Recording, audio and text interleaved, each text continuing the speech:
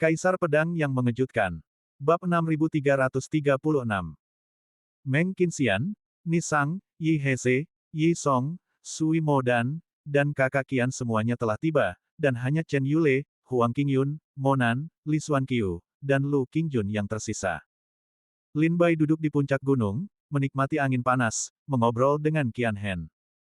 Qian Hen berbicara sambil mengeluarkan obat mujarab dari kantong penyimpanan. Dia hampir menganggap obat mujarab itu seperti permen jeli, memasukkannya ke mulutnya satu persatu, dan menelannya tanpa kesulitan. Jika orang luar melihat pemandangan ini, mereka akan sangat terkejut, karena hampir semua ramuan yang diminum Qian Hen adalah ramuan penyembuhan yang tak ternilai harganya di pasaran saat ini. Tetapi Lin Bai bukanlah orang asing dalam hal ini. Sebagai sumber kekayaan dunia iblis, keluarga Qian telah mencapai tingkat yang menakjubkan dalam hal latar belakang dan kekayaan. Sebagai satu-satunya putra suci keluarga Qian, Qian Hen masih tidak memperhatikan beberapa pil. Saat ia menelan sejumlah besar ramuan, luka-lukanya pun pulih dengan kecepatan yang terlihat oleh mata telanjang, wajah pucatnya perlahan kembali memerah, dan semangatnya yang lesu kembali bangkit. 1 jam kemudian, puluhan sosok terbang melintasi langit di atas area vulkanik, melaju menuju area tengah dengan kecepatan ekstrim, dan tidak melambat hingga mereka berada di sekitar gunung berapi besar itu. Nona Huang Qingyun ada di sini. Lin Bai telah membuka mata suranya untuk melihat ke depan, dan mengenali bahwa kelompok orang itu semuanya perempuan, mengenakan jubah murid dari istana teratai suci. Pemimpinnya adalah Huang Qingyun. Wajah Huang Qingyun sangat acuh tak acuh, matanya dingin, seluruh tubuhnya memancarkan ketidakpedulian yang tajam, dan ia memiliki aura pembunuh yang membuat orang menjauh ribuan mil. Pakaian putihnya berlumuran darah, mengeluarkan bau yang menyengat. Para murid istana teratai suci yang bepergian bersamanya semuanya lesu, dan vitalitas mereka sangat terkuras. Jelas bahwa mereka baru saja mengalami pertempuran besar. Sepertinya jalan menuju istana Seng Lian tidak mulus.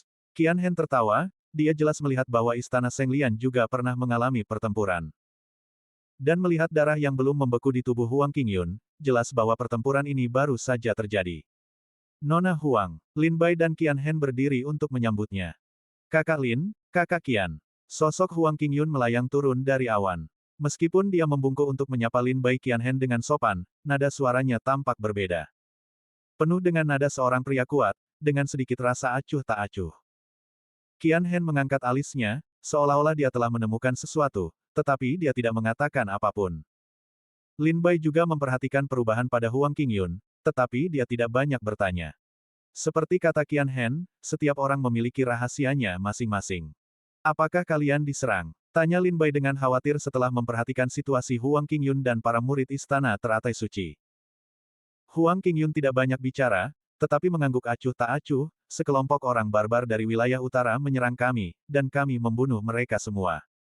Kami. Qian Hen menunjukkan ekspresi aneh ketika mendengar dua kata ini, dan dia menatap sekelompok murid dari istana teratai suci di belakang Huang Qingyun. Para murid istana teratai suci itu pucat dan ketakutan. Tetapi rasa takut ini tampaknya bukan berasal dari rasa takut terhadap prajurit dari wilayah utara, melainkan dari rasa takut terhadap Huang Qingyun. Meskipun mereka mengikuti Huang Qingyun dengan dekat, mereka sengaja atau tidak sengaja menjaga jarak 10 meter, jelas untuk mewaspadai Huang Qingyun. Jelas apa yang terjadi barusan membuat para murid perempuan dari istana teratai suci ini merasakan ketakutan dan kegelisahan yang kuat terhadap putra suci sekte mereka. Mari kita berobat dulu, dan kita akan membahasnya perlahan setelah semua orang berkumpul. Lin Bai mengatur agar Huang Qingyun berobat di bawah gunung berapi besar. Ketika Sui Modan melihat Huang Qingyun, wajahnya penuh kegembiraan dan sukacita, dan dia berlari dengan gembira untuk memeluk Huang Qingyun. Namun, ekspresi dingin Huang Qingyun membuat Sui Modan sedikit tidak nyaman. Setelah Huang Qingyun melihat Sui Modan, sikap dinginnya mulai perlahan menghilang, dan wajahnya tampak kembali seperti dulu. Kak Dam, apakah kau baik-baik saja? Huang Qingyun tersenyum dan menepuk kepala Sui Modan. Mendengar sapaan penuh kasih sayang itu, Sui Modan melepaskan kewaspadaannya dan berkata sambil tersenyum, aku baik-baik saja. Kau terluka. Huang Qingyun mengerutkan kening ketika dia melihat bekas luka di pergelangan tangan Sui Modan. Bukan orang lain yang memukulnya, aku sendiri yang melukainya. Sui Modan menoleh dan melirik orang-orang yang sedang mengobati Nisang, mereka semua terluka, aku memberi mereka sedikit darah. Huang Qingyun melihat orang-orang yang sedang disembuhkan, dan tak kuasa menahan senyum, sepertinya kita bukan satu-satunya yang menyerangku. Sui Modan tersenyum dan berkata kepada Huang Qingyun, "Saudari Huang, kau harus segera menyembuhkan lukamu. Setelah lukamu membaik, kita akan pergi ke para barbar di wilayah utara untuk menyelesaikan masalah ini." Aku ingin langsung pergi, tetapi Qian Hen dan Lin Bai menghentikanku dan bersikeras menunggu sampai semua orang berkumpul sebelum pergi. Sui Modan mengungkapkan kepuasannya dalam hal ini. Saudara Lin dan saudara Qian benar. Huang Qingyun meyakinkan Sui Modan, jelas, para pendekar di wilayah utara menyerang dengan cara yang terencana dan matang, dan mereka tidak melakukannya secara acak. Akan ada kerugian besar. Tunggu dengan sabar, ketika luka kita membaik, kita tentu akan pergi menemui mereka untuk menyelesaikan urusan.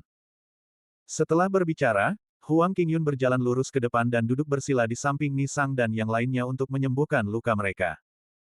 Melihat ini, Sui Modan mengeluarkan mangkuk giok, dan hendak meminum darah untuk Huang Qingyun, tetapi Huang Qingyun berkata, "Tidak, ini luka kecil, jadi darahmu yang berharga tidak dibutuhkan."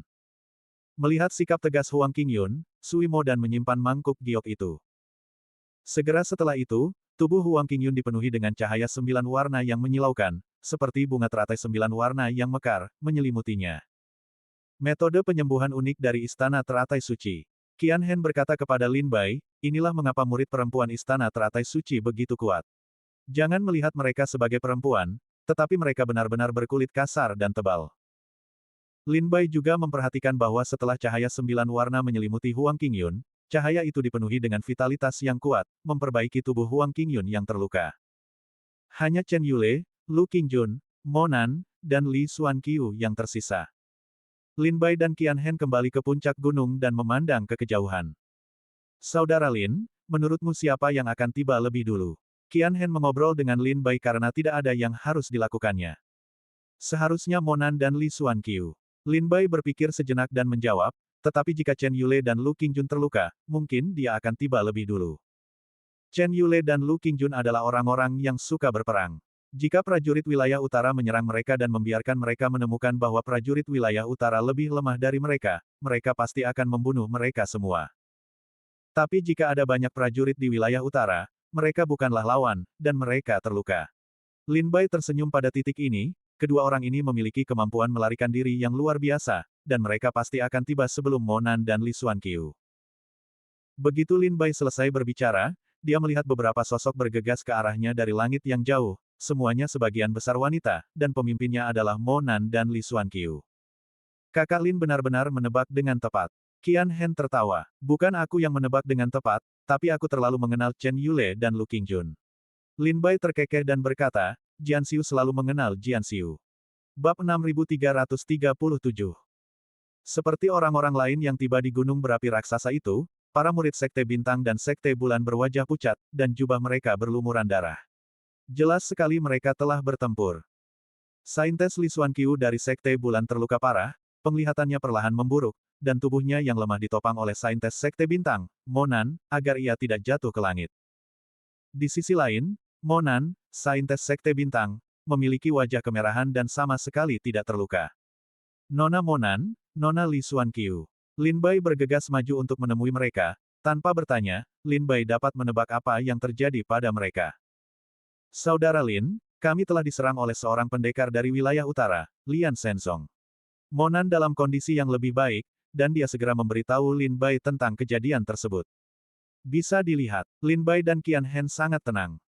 Monan terdiam sejenak, jelas sedikit terkejut dengan sikap tenang keduanya. Li Xuanqiu tersenyum lemah, "Sepertinya kita telah diserang."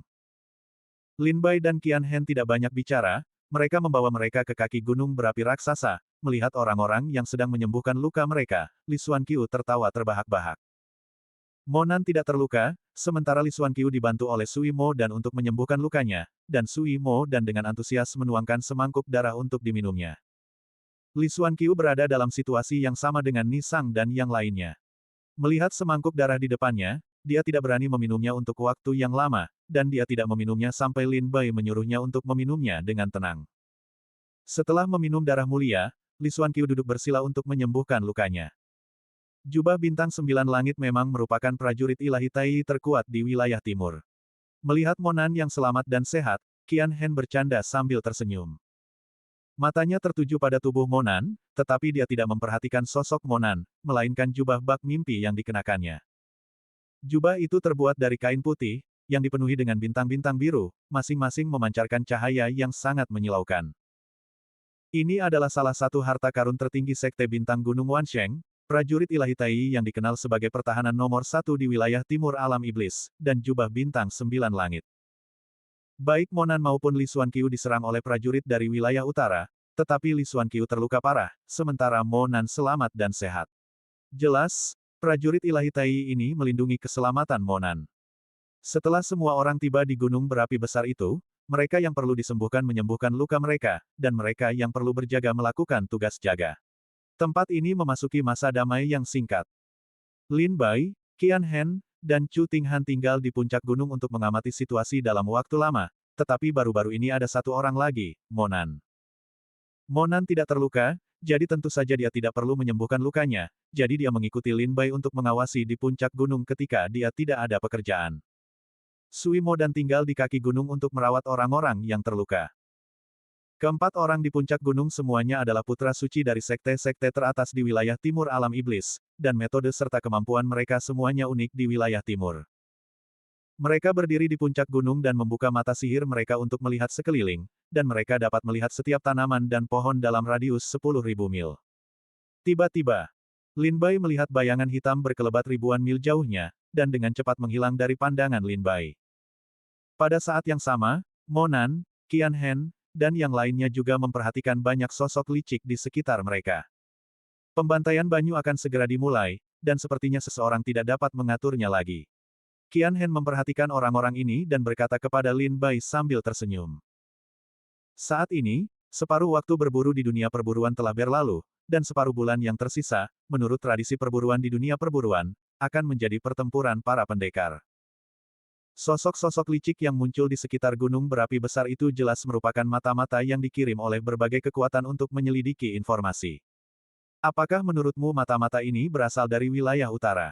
Atau wilayah selatan? Atau wilayah barat? Lin Bai bertanya dengan penasaran. Sekte Bintang tempat Monan bernaung dianggap sebagai sekte semi tersembunyi, dengan sedikit pengetahuan tentang apa yang terjadi di luar. Meskipun Chu Tinghan tinggal di Istana Liang Negara Chu, meskipun ia bertempur di semua arah di wilayah negara Chu, ia tidak banyak mengetahui tentang wilayah lain. Keluarga Qian, tempat Qian Hen bekerja, memiliki bisnis di seluruh dunia di dunia iblis, dan penyembuhannya untuk semua kekuatan di dunia iblis jauh melampaui Lin Bai dan yang lainnya. Kita tidak perlu memikirkan mereka di wilayah barat, mereka tidak bisa mengurus diri mereka sendiri. Maka Qian Hen berkata, wilayah barat pada awalnya adalah medan perang yang luas, dan semua negara di dalamnya bertempur. Di dunia luar, semua negara di wilayah barat saling bermusuhan. Sekarang di dunia perburuan, di mata satu sama lain, hanya para pendekar dari negara-negara wilayah barat yang tidak akan dengan bodohnya datang untuk mengganggu kita di wilayah timur. Wilayah barat adalah tempat paling kacau di alam iblis, tanpa terkecuali. Di tengah kekacauan antar negara di wilayah barat, pertempuran berlangsung sepanjang tahun. Tanah di permukaan tampak indah, tetapi sebenarnya sudah penuh dengan kehancuran.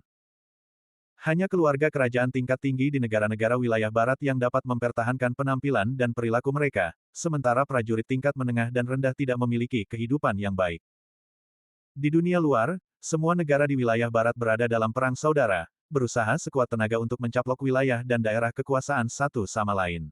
Sekarang, di dunia perburuan, lawan mereka hanyalah prajurit dari wilayah barat. Qian Hen melanjutkan, satu-satunya lawan yang perlu kita waspadai adalah wilayah selatan dan wilayah utara. Wilayah utara telah secara terbuka menyatakan perang terhadap wilayah timur. Pembantaian bulan sabit telah dimulai, dan lawan pertama yang harus kita hadapi adalah wilayah utara.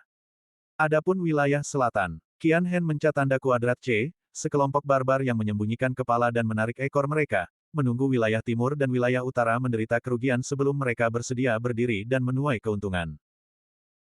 Qian Hen berkata kepada Lin Bai dengan sangat serius, jika wilayah timur bukan lawan wilayah utara dalam pembantaian banyu, wilayah selatan akan membantu wilayah utara untuk membantai semua prajurit di wilayah timur.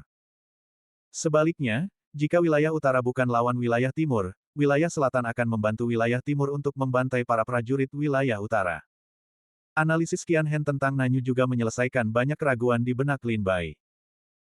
Setelah memasuki dunia perburuan, Lin Bai juga berhubungan dengan putra suci dari dua sekte makmur di wilayah selatan, salah satunya adalah Tuo Baxin, putra suci dari Sekte Barbar, dan yang lainnya adalah Ling Qis, putra suci dari Sekte Wuzong. Perilaku kedua orang ini di depan Lin Bai tidak ramah, tetapi mereka sama sekali tidak bermusuhan. Sikap mereka sangat ambigu. Dia tidak memprovokasi para prajurit wilayah timur, dan dia juga tidak terbiasa dengan para prajurit wilayah timur. Tampaknya itu adalah sikap seorang pengamat. Dan evaluasi Qian Hen tentang Nanyu hanya mengkonfirmasi sikap Nanyu. Mereka hanya ingin melihat Dong Yu dan Bei Yu kalah di kedua pihak, lalu bangkit dan menuai keuntungan. Sederhananya, wilayah selatan sedang mengamati pertempuran antara wilayah timur dan wilayah utara, dan mereka akan membantu siapapun yang lebih kuat. Pengacau, Lin Bai mengeluh sambil tersenyum masam. Apa gunanya Nanyu bagi mereka? Mo Nan tidak mengerti. Terlalu banyak keuntungannya, kata Qian Hen sambil tersenyum. Sejak awal perang, wilayah selatan dapat menjual berbagai macam sumber daya perang ke wilayah timur dan wilayah utara. Apa keunggulan wilayah selatan? Tidak lain adalah racun mereka, yang sangat bermanfaat untuk perang. Jual racun ke wilayah timur, dan jual penawarnya ke wilayah utara, dan mereka bisa menghasilkan banyak uang dengan mengulanginya. Sebaliknya juga sama, menjual racun ke wilayah utara, dan menjual penawarnya ke wilayah timur, mereka juga bisa menghasilkan uang. Selain racun, wilayah selatan memiliki banyak sumber daya yang belum dikuasai oleh 3 wilayah utama dunia iblis lainnya, seperti sejumlah besar ramuan langka, biji, besi ilahi, del. Ini adalah banyak barang habis pakai untuk perang. Ketika perang berakhir, jika wilayah timur mengalahkan wilayah utara, maka wilayah selatan akan menghasilkan banyak uang dan membiarkannya pergi. Tetapi jika wilayah timur kalah dari wilayah utara, kelompok barbar di wilayah utara tidak akan mampu menguasai wilayah luas wilayah timur. Pada saat itu, wilayah selatan pasti akan bangkit dan memasuki wilayah timur. Hasil akhirnya kemungkinan besar adalah pembagian wilayah-wilayah timur dengan wilayah utara. Monan mengerutkan kening setelah mendengar ini, dan diam-diam mengeluh, kedengarannya sangat rumit. Perang pada dasarnya rumit, kata Cuting dengan suara dingin, perang jelas tidak ditentukan oleh siapa yang memiliki orang-orang terkuat di kedua belah pihak. Keputusan sebenarnya untuk menang atau kalah dalam perang seringkali adalah sumber daya dari obat mujarab dan senjata ajaib itu. Chu Tinghan telah berbaris bersama Raja Liang sepanjang tahun, dia telah mengalami banyak perang, dan dia lebih tahu tentang perang daripada Lin Bai dan yang lainnya. Bab 6338.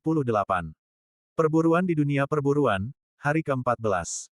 Besok adalah hari dimulainya, pembantaian bulan sabit, tradisional di dunia perburuan. Ni Sang, Meng Qinxian, Yi Heze, dan yang lainnya, dengan bantuan darah berharga dari Dao Sui Modan, telah sepenuhnya pulih dari luka-luka mereka kemarin, dan kekuatan mereka telah kembali ke puncaknya. Di aliansi Lin Bai, kecuali Chen Yule dan Lu Qingjun, semua orang hadir. Tetapi semua orang menunggu dan menunggu, tetapi mereka tidak dapat melihat Chen Yule, Lu Qingjun, dan yang lainnya. Sebaliknya, murid-murid dari sekte lain telah tiba, tetapi kedua orang ini belum tiba. Adapun Tian Suizong, Yi Zian, Bai Yifei, Zhou Xinjun, dan yang lainnya juga tiba di Gunung Berapi Besar saat senja kemarin untuk bergabung dengan tim besar. Apa yang terjadi pada kakak Chen dan kakak Lu? Mengapa kalian belum datang? Semua orang berdiri di Gunung Berapi Besar dan memandang ke kejauhan. Ada banyak prajurit yang bolak-balik ke Gunung Berapi Besar, tetapi Chen Yule dan Lu Qingjun adalah satu-satunya yang tidak terlihat. Setelah luka Meng Qinxian membaik, dia tidak sanggup bertarung dengan prajurit utara, tetapi dibujuk oleh Lin Bai. Alasan yang diberikan Lin Bai adalah untuk menunggu sampai semua orang mendapat giliran sebelum merencanakan tindakan. Jika mereka keluar untuk menghadapi prajurit wilayah utara saat ini, Chen Yule dan Lu Qingjun akan tiba terlambat, dan mereka tidak akan ditemukan di Gunung Berapi Besar. Mungkin ada sesuatu yang menundanya, mari kita tunggu dan lihat. Yi Song mengerutkan kening, tidak tahu apa yang sedang dilakukan Chen Yule. Belum menerima kabar. Itu mustahil bahkan jika dipikirkan dengan cermat. Monan, Li Xuanqiu, Yi Heze, dan yang lainnya belum pernah bertemu Lin Bai sebelumnya, tetapi mereka tetap menerima kabar dari Lin Bai bahwa mereka akan bertemu di Gunung Berapi Besar sebelum pembantaian Banyu. Tidak mungkin Chen Yule dan Lu Qingjun belum menerima kabar tersebut. Karena mereka belum menerima kabar tersebut, hanya ada dua kemungkinan. Pertama, mereka tertunda oleh sesuatu. Kedua, mereka berada sangat jauh, dan tidak mungkin untuk datang ke tempat tersebut dalam waktu singkat. Lin Bai memikirkannya, dan akhirnya mengambil keputusan, mari kita tunggu 1 hari lagi. Besok subuh, jika Lu Qingjun dan Chen Yule belum datang, maka kita akan mulai mempersiapkan serangan balasan. Mendengar Lin Bai akhirnya mengambil keputusan, semua orang mengangguk setuju. Meng Qinxian adalah yang paling gembira, mengepalkan tinjunya, dan tersenyum ganas. Kali ini, aku pasti akan menunjukkan kepada para barbar utara ini betapa kuatnya aku. Di gunung berapi raksasa itu, semua orang menunggu selama berhari-hari, dan mereka tidak pernah menunggu Chen Yule dan Lu Qingjun datang. Sebaliknya, mereka menunggu beberapa sosok aneh di sore dan senja hari ke-14. Semuanya, jangan berbuat apa-apa, kami tidak punya niat jahat. Ketika kelompok orang ini memasuki area sekitar gunung berapi raksasa itu, mereka segera berteriak keras. Setelah mendengar suara itu, Meng Qinxian, Lin Bai, Yi Heze, dan yang lainnya muncul di puncak gunung dalam sekejap, melihat beberapa sosok mendekat dengan cepat dari kejauhan. Wilayah Selatan, murid-murid San Haizong. Qian Hen melihat sosok dan jubah mereka dari kejauhan, dan langsung mengenali asal mereka. San Haizong, salah satu dari 4 kekuatan besar di wilayah selatan.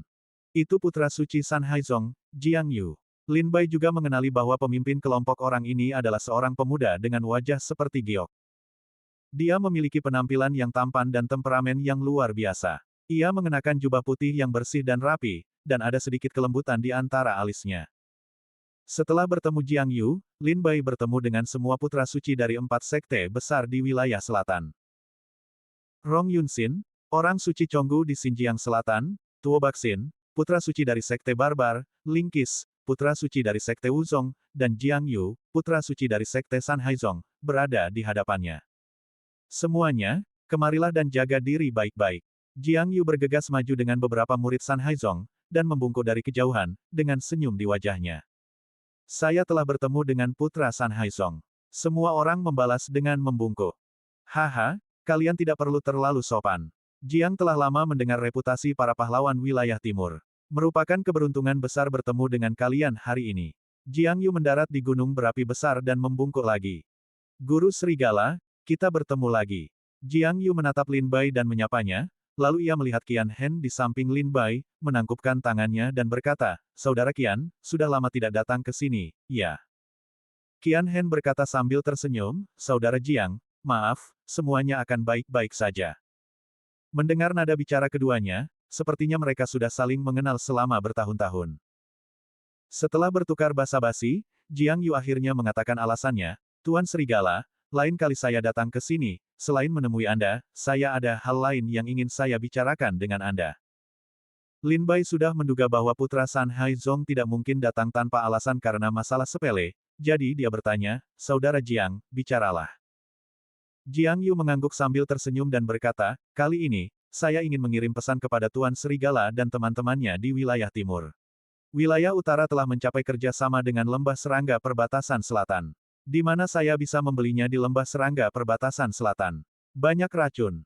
Saya tahu bahwa dalam pembantaian setengah bulan ke depan, prajurit dari wilayah utara pasti akan sering menargetkan prajurit dari wilayah timur. Aku khawatir Tuan Serigala dan teman-temannya dari wilayah timur akan menderita kerugian jika mereka tidak memperhatikan, jadi aku datang ke sini untuk mengingatkan mereka. Begitu pernyataan ini keluar, wajah semua orang yang hadir berubah drastis. Wilayah utara telah mencapai kerjasama dengan lembah serangga perbatasan selatan. Lembah serangga perbatasan selatan menyerahkan racun olahan ke wilayah utara. Jika demikian, maka keadaan akan menjadi rumit. Para pendekar di wilayah utara awalnya sangat ganas. Jika ada berkah racun lembah serangga di wilayah selatan, mereka pasti akan berada dalam posisi yang sangat tidak menguntungkan di dunia perburuan. Terima kasih, Saudara Jiang, atas informasinya, aku akan mengingatnya. Lin Bai menjawab dengan ekspresi tenang. Jiang Yu tersenyum kecut, Tuan Serigala, aku tahu kau memiliki beberapa dendam terhadap Nanjiang Chonggu. Tidak, tidak. Sebelum dia selesai berbicara, Lin Bai menyela, aku tidak memiliki dendam terhadap Nanjiang Chonggu, tetapi Nanjiang Chonggu memiliki dendam terhadapku. Sama saja, Jiang Yu tidak membuang-buang waktu dengan Lin Bai untuk masalah sepele seperti itu, dan segera mengubah dengan menggali lebih dalam kata-kata. Lin Bai menjelaskan topik tersebut, saya bersedia menjadi perantara dan membeli ramuan penawar racun untuk teman-teman saya di wilayah timur. Tuan Serigala tidak berada di wilayah selatan, jadi saya khawatir dia tidak banyak tahu tentang lembah serangga perbatasan selatan. Racun yang dibuat oleh Nanjiang Chonggu hanya dapat dinetralisir oleh penawar racun yang dibuat oleh Nanjiang Chonggu. Jika tidak ada penawar racun, jika terkena racun, itu akan sangat berbahaya bagi Anda. Baru saat itulah semua orang mengerti tujuan Jiang Yu datang, dan ternyata dia sedang berbisnis.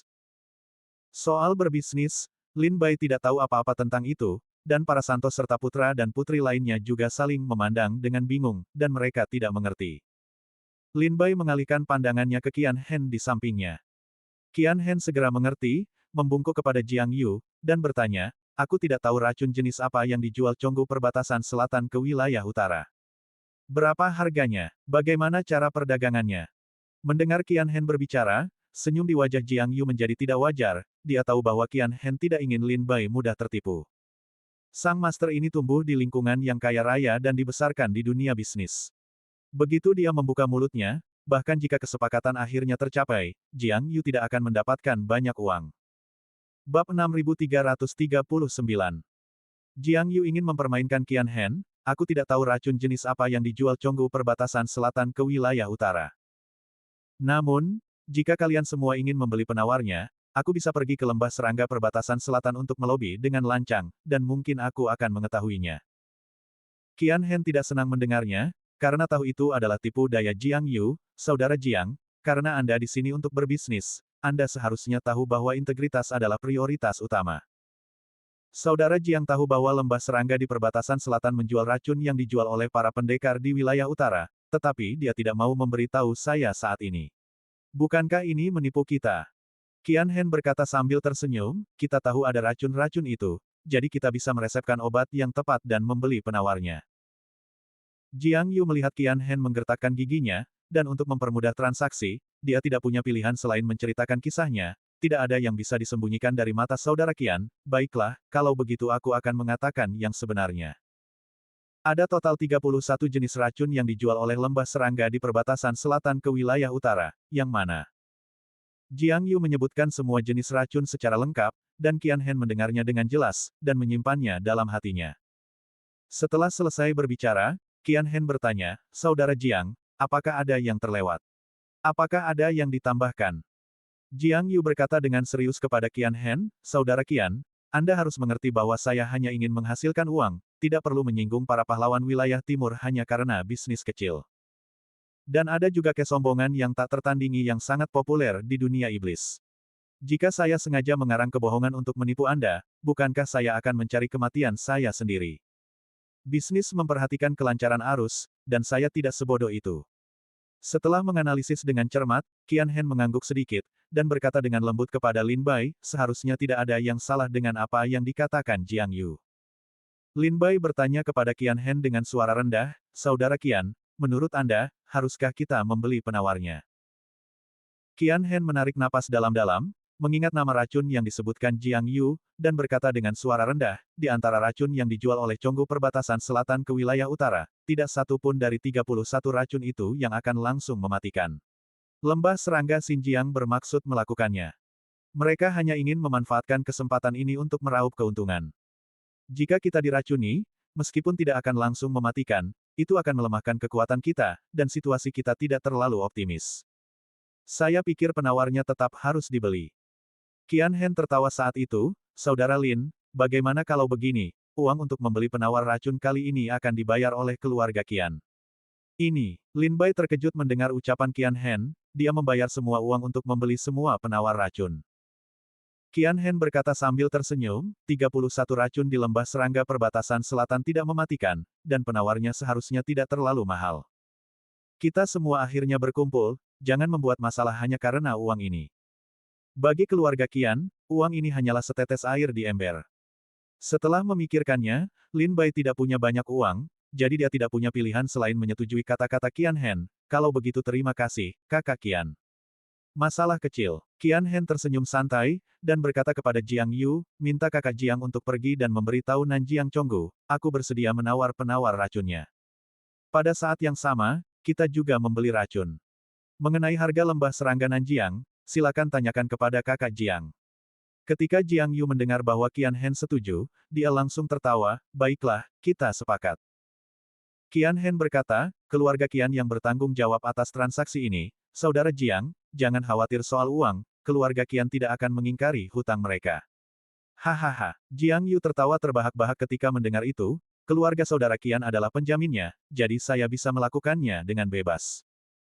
Qian Hen mengingatkan lagi, tapi saya harus memberitahu saudara Jiang terlebih dahulu. Saya juga pernah ke wilayah selatan, dan saya tahu harga pasar racun-racun itu. Saya harap saudara Jiang dapat memberikan harga yang wajar. Dia khawatir Jiang Yu akan menaikkan harga karena masalah ini, jadi dia secara khusus mengingatkannya. Jiang Yu mengerti, saya mengerti, saya mengerti. Setelah menegosiasikan kesepakatan ini, Jiang Yu tidak pergi, tetapi malah bertanya, apakah Tuan Serigala dapat membeli barang lain? Lin Bai bertanya dengan penasaran, apakah Anda memiliki barang lain untuk dijual? Jiang Yu tersenyum dan berkata, San Haizong saya menempati lahan paling subur di wilayah selatan, dan sepertiga dari ramuan di wilayah selatan berasal dari San Haizong saya. San Haizongku mahir dalam membudidayakan ramuan, membuat ramuan, dan lain-lain. Ramuan penyembuhan San Haizongku adalah salah satu dari sedikit ramuan di seluruh alam iblis. Ramuan penyembuhan. Lin Bai tanpa sadar melirik ramuan tinta yang berdiri di belakangnya. Tatapan Jiang Yu juga memperhatikan Sui Mo dan matanya langsung berbinar, hehe, jadi gadis Sui Mo dan juga ada di sini. Karena Santa dari Sekte dan Xia juga ada di sini, sepertinya Tuan Lang tidak akan kekurangan ramuan penyembuhan, jadi izinkan aku berpura-pura tidak mengatakan itu. Jiang Yu berhenti sejenak, lalu berkata, selain pil penyembuhan, aku juga bisa memberikan informasi kepada Tuan Serigala. Misalnya, aku tahu benteng-benteng para prajurit di wilayah utara dan di mana mereka akan bergiliran bertarung. Lin Bai mengerutkan kening, apakah kau masih tahu banyak tentang wilayah utara? Jiang Yu tertawa, sejujurnya, setelah memasuki dunia perburuan, aku tidak berburu spesies asing, tetapi membuat berbagai pengaturan, dan hanya menunggu perburuan setengah bulan dimulai. Sekarang ada banyak ahli di seluruh dunia perburuan. Mengenai metode apa yang digunakan, Tuan Serigala tidak perlu bertanya, dan aku tidak akan banyak bicara. Petik 2.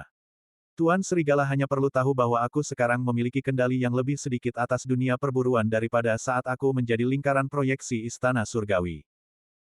Jiang Yu tampak begitu percaya diri, Lin Bai tiba-tiba teringat hal lain, dan bertanya, ketika teman-temanku datang ke arena, mereka diserang oleh prajurit dari wilayah utara.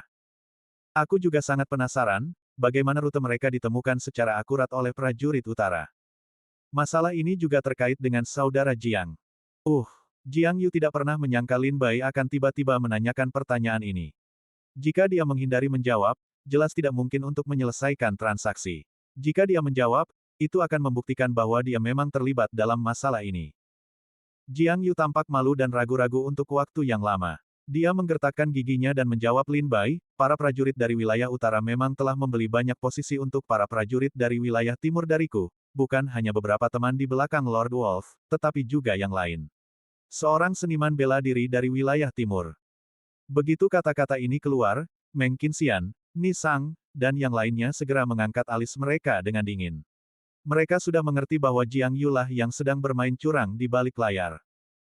Lin Bai mengerutkan alisnya, menyipitkan matanya, dan menunjukkan ekspresi bermusuhan, saudara Jiang telah menghabiskan energi dan tenaganya untuk melakukan hal-hal ini, untuk apa? Jiang Yu tertawa, aku hanya ingin mendapatkan uang. Markis Serigala tidak tahu, lingkungan di wilayah selatan keras, dan jauh kurang subur daripada wilayah timur.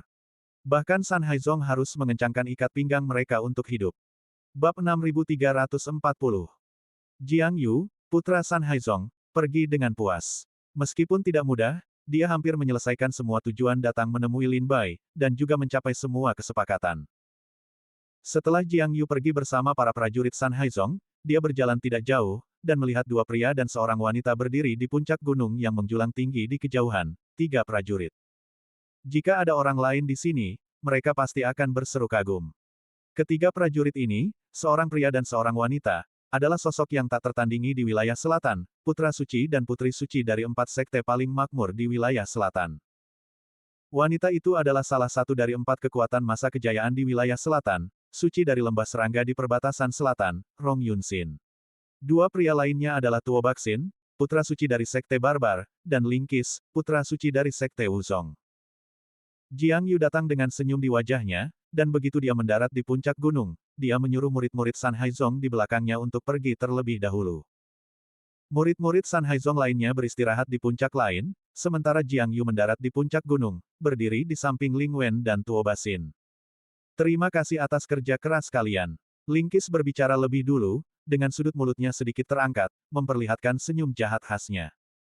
Dengan senyum di sudut mulutnya, otot dan kulit wajahnya berkerut, dan tato yang terukir di wajahnya tampak hidup, menggeliat bersama kulitnya. Pemandangan ini terlihat sangat aneh. Tuo Basin masih seorang tuan muda yang tampan, memandang Jiang Yu, putra San Haizong yang kembali dengan senyum, dan bertanya, bagaimana hasil perjalanan ini. Jiang Yu menghela napas pelan, meskipun tidak mudah, tetapi untungnya semua masalah dapat diselesaikan dengan memuaskan. Linkis tersenyum dan berkata, apakah kamu menghasilkan banyak uang? Wilayah timur kaya dan kuat, tidak sekikir para pendekar di wilayah utara. Jiang Yu menggelengkan kepalanya berulang kali, dan berkata kepada Linkis, Qian Hen juga berada di tim Lin Bai, menurutmu berapa banyak keuntungan yang bisa kudapatkan?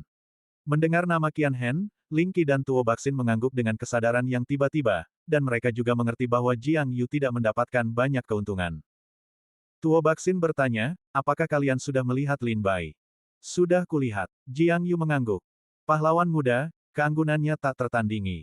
Ling Qi bertanya, apakah ada penilaian lain? Jiang Yu menjawab dengan jujur, dia adalah generasi yang sombong, dalam hal bakat bela diri, sedikit orang di dunia iblis yang dapat menandinginya, tetapi dia bukanlah komandan yang berkualitas, dan dia kemungkinan akan menderita kerugian besar dalam konfrontasi ini dengan para pendekar wilayah utara. Tuo Baxin mengangguk sedikit. Wilayah utara telah dilanda kekacauan dan pertempuran sepanjang tahun. Wilayah timur relatif damai, jadi wajar saja tidak sebaik wilayah utara. Jiang Yu berkata kepada Rong Yunxin lagi, Nona Rong, Lin Bai dan yang lainnya telah membeli lebih dari 30 jenis racun dan penawar di lembah serangga di perbatasan selatan.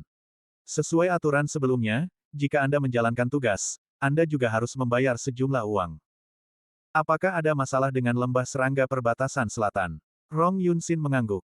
Ikuti saja apa yang telah kita sepakati.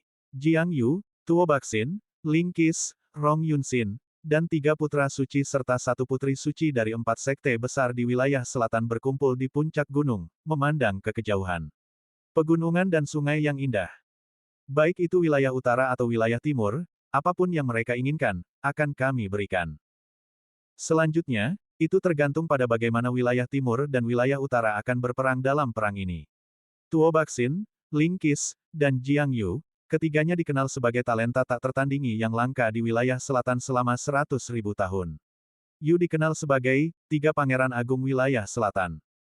Rong Yunxin adalah seorang santa tak tertandingi yang dibina oleh lembah serangga di perbatasan selatan, dan dia juga salah satu dari sedikit orang di wilayah selatan dalam hal pemurnian racun.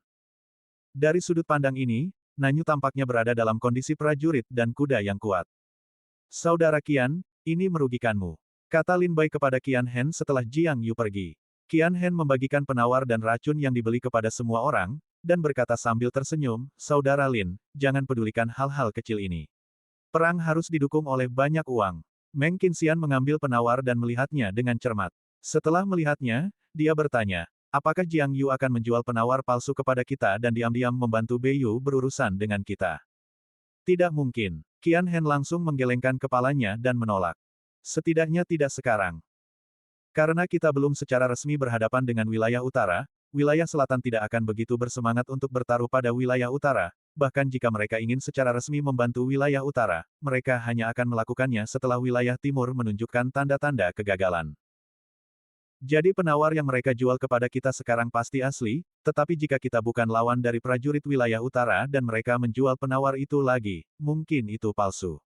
Lin Bai memahami kata-kata Qian Hen. Artinya sederhana, Nanyu masih dalam keadaan menunggu dan melihat.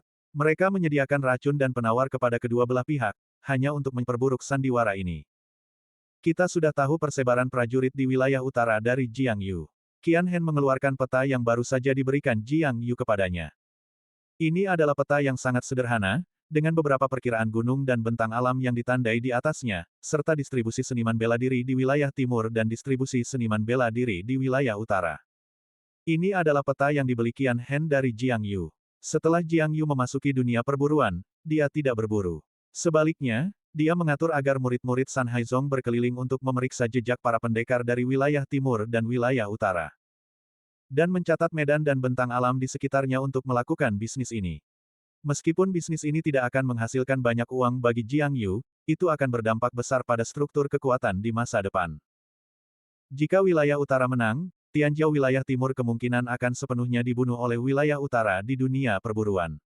Jika wilayah timur menang, para pendekar wilayah utara mungkin juga akan membunuh wilayah timur yang berharga. Bagaimanapun, wilayah selatan dapat mengambil kesempatan ini untuk menguji kekuatan dan rencana masa depan para pendekar dari wilayah utara dan timur. Jiang Yu tidak berburu dan membunuh spesies asing, tetapi merencanakan hal-hal ini, dapat dikatakan bahwa dia meninggalkan dirinya yang kecil untuk menjadi dirinya yang besar. Menurut peta, Qian Hen membentangkan peta, dikelilingi oleh semua orang. Sekarang wilayah timur kita terbagi menjadi 7 kekuatan. Kekuatan pertama adalah kita, kekuatan yang dipimpin oleh Saudara Lin. Kita berada di sekitar gunung berapi besar. Qian Hen menunjuk ke deretan pegunungan di peta yang menggambarkan garis besar gunung berapi. Di samping deretan pegunungan itu tertulis nama-nama semua orang suci dan putra serta putri di sini. Kekuatan kedua adalah 5 keluarga dan 7 sekte Chu, dengan Zhao Xiantu, Li Mo, Sun Miao, dan Sangguan Tong sebagai kekuatan utama. Kekuatan ketiga adalah Qi Lingyu, putra suci Qitianzong, dan Tang Beiyao, Bei Douzong, Yi Nyuezong, dan Gu Yizong dari sekte Suyuejian Qitianzong, dan kekuatan teritorial Qitianzong. Kekuatan ketiga dipimpin oleh putra-putra suci sekte naga mengejutkan, sekte langit merah, sekte nirvana, dan sekte Qitian dari sekte api hijau. Kekuatan keempat adalah putra suci Gunung Wansheng, dan Villa Bunga Plum, Baiyun Daomen, dan Taohua Xianshan adalah kekuatan gabungan di wilayah Gunung Wansheng. Kekuatan kelima adalah kekuatan di wilayah Gunung Wansheng, yang didominasi oleh putra Yangzong dan bersatu dengan sekte suci Neter. Kekuatan keenam adalah sekte ilahi 7 malam Yi Jinyun sebagai kekuatan utama, dan kekuatan teritorial sekte ilahi 7 malam yang bersatu dengan sekte yang murni, sekte King Lian, dan lembah Phoenix. Kekuatan ketujuh, kekuatan militer negara Chu yang dipimpin oleh Chu Zimo. Di atas adalah 7 kekuatan terkuat di wilayah timur negara Chu di dunia perburuan. Tentu saja, ada kekuatan lain yang tersebar di mana-mana, tetapi semuanya adalah murid dari beberapa keluarga dan sekte tingkat menengah dan rendah.